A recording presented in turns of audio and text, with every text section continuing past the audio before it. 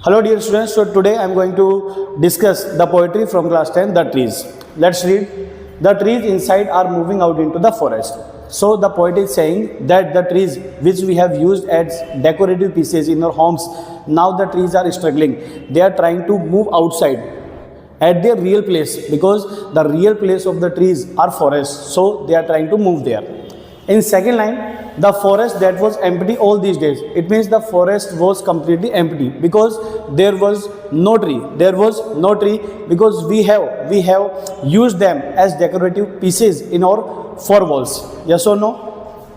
Where no bird could sit, there is no place to sit for the birds because there is no tree outside in the forest. That's why there is no place to take shelter for them. Yes or no? So there is no place for birds to sit. It means there is no place to take shelter for them.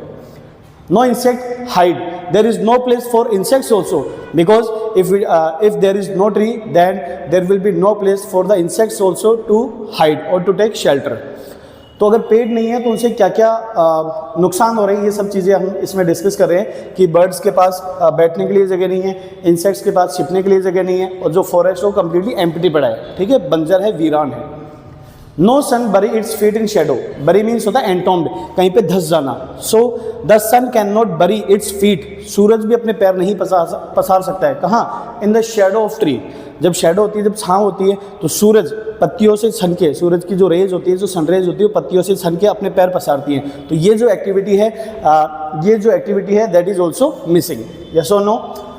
No sun bury its feet shadow. जो sun rays है वो leaves में से होती है, अपने पैर अब नहीं पसार सकती है. The forest that was empty all these nights will be full of trees by morning. It means the poet is optimistic. The poet is optimistic. The poet is hopeful that the land which was completely empty, but it will be full of trees by morning. सुबह तक वहाँ पे बहुत सारे जो पेड़ हैं they will be moving there. So he is optimistic. वो सोच रहा है कि सुबह तक जो ज़मीन बंजर पड़ी है it will be full of trees. तो आई होप कि आपको ये फर्स्ट आंसर समझ में आया होगा. इसमें फॉरेस्ट के मूव होने के बारे में बताया है और क्या क्या एक्टिविटीज़ डिस्टर्ब हो रही है कि बर्ड वहाँ पे बैठ नहीं सकते, इंसेक्ट वहाँ पे छिप नहीं सकते, जो सूरज है वो अपने पैर नहीं पसार सकता और जो फॉरेस्ट एम्प्टी है वो सुबह तक फुल ऑफ ट्रीज हो जाएगा.